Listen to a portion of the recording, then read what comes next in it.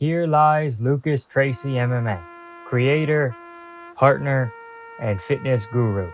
During his relatively short time as a YouTuber, Lucas cultivated an audience the size of a small country.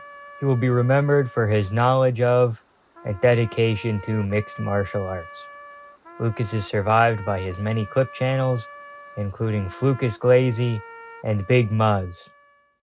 Guys, I'll be honest, I was never really the biggest Lucas Tracy fan, but I was recently getting pretty into him, kind of over the last month or so. And this news, it hit me kind of hard.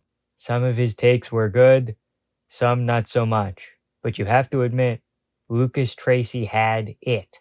When he spoke, he commanded an audience. Tracy's early YouTube career was spent much like the end, predicting. His oldest video currently on the channel is his predictions for Adesanya vs. Whitaker 2. Look at that hair. Gorgeous, wavy locks. But Lucas Tracy MMA was only one of two channels created.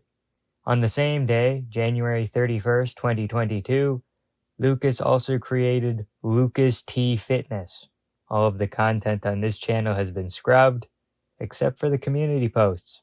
At least we still have some kind of idea as to what the content style was here. Posting workouts and community polls, really letting his personality shine through. Something that we'd see a lot on the Lucas Tracy MMA channel. Due to Lucas Tracy's extended trip to Peaches and Creamville, his absence is creating a mass of people looking for a new favorite MMA YouTuber. Assuming that they watched all of Lucas's videos, these people have an extra 15 minutes to half an hour per day. So these are the people that could potentially replace... No, that's the wrong word. No one will ever replace the great Lucas Tracy. These are the people that could fill the void left in my heart by Lucas Tracy of Lucas Tracy MMA. In my opinion, it's a 3-horse race. Bedtime MMA, MMA Che, and Hapuro MMA. The people that were fans of Lucas Tracy were more chill than Guru fans, so I don't see a lot of them moving over there. They kind of need someone to match Lucas's energy. What do you fucking know? What do you know? You're even an under! You fucking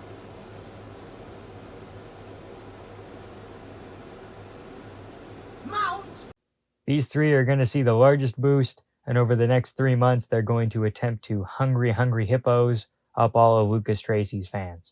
Bedtime MMA has the most overlap with the content style of Lucas, but he doesn't show his face that often, and that could be an issue. Whereas MMA Che shows his face a lot, and I think that might be a factor. And Hapuro MMA is kind of a wild card, because all of his videos are all uniquely formatted. It's pretty close, so in my opinion, I think they should take Stipe's advice.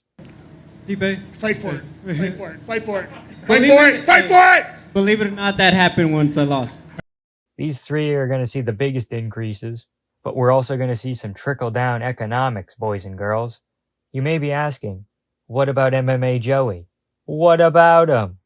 Lucas Tracy was a very fitness-focused guy, so his fans migrating over to MMA Joey is unlikely. Where I really think we're going to see the biggest increases is with guys and gal under 20K. I think Lucas Tracy's fans are going to take a moment to reflect on the MMA landscape, and they're going to rep some smaller channels. They're going to look for something new, something different. So here they are. First up, On the Liver MMA. The resemblance is uncanny. This kid can catchphrase with the best of them, and fresh off of his award-winning journalism on the Alex Pereira situation, Liver has gained some serious momentum at the perfect time. Fight Fairy. She does event predictions and recaps like Lucas Tracy, and she's always pronouncing names very well, like she's got a goddamn phonetics degree. Most Lucas Tracy fans are allergic to women, so this could be a big learning experience for them, or it could backfire majorly. Rigo. A very similar content style, could turn some people away with his demeanor. The guy is a little out there, but he's another guy who also has that it factor. Bryce from Boston. This guy also has the it factor, just like Lucas Tracy. Very photogenic, editing is very good, very clean, which is something you don't see a lot. Set up the webcam, beige wall in the background, and yap for 30 minutes.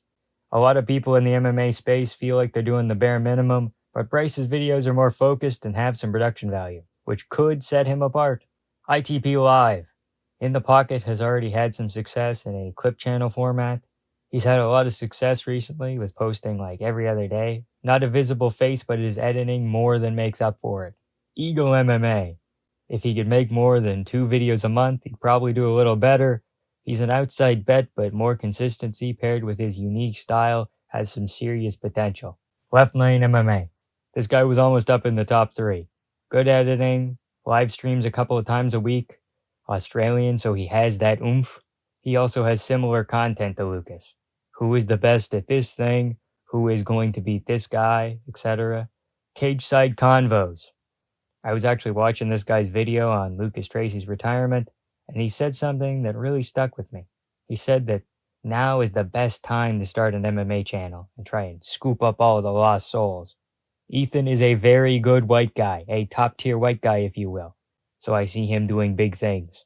Vampiric Legs. You've heard it before, you'll hear it again.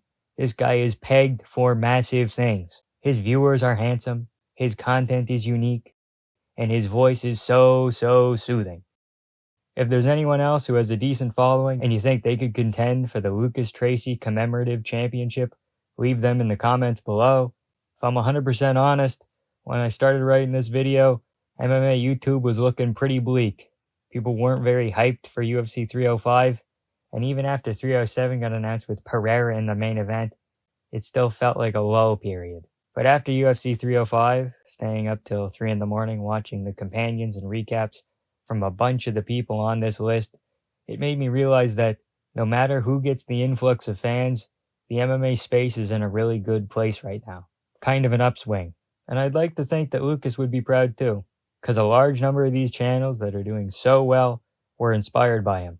Lucas never said that he wouldn't make a video ever again. Maybe it'll only be 1 video per quarter or something. I think we just have to be grateful for the time we did get with this guy.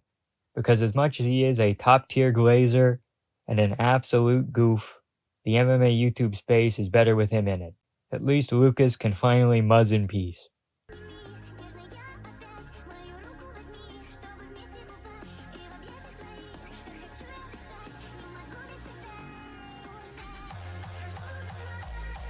If you enjoyed this video and think that I personally should be the one to fill the MMA YouTube void, the best way to support me is with a like, comment, and subscribe.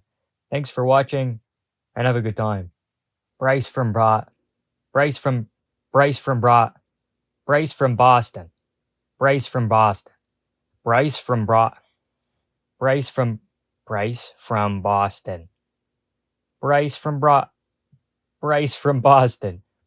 Boston. Jesus Christ almighty.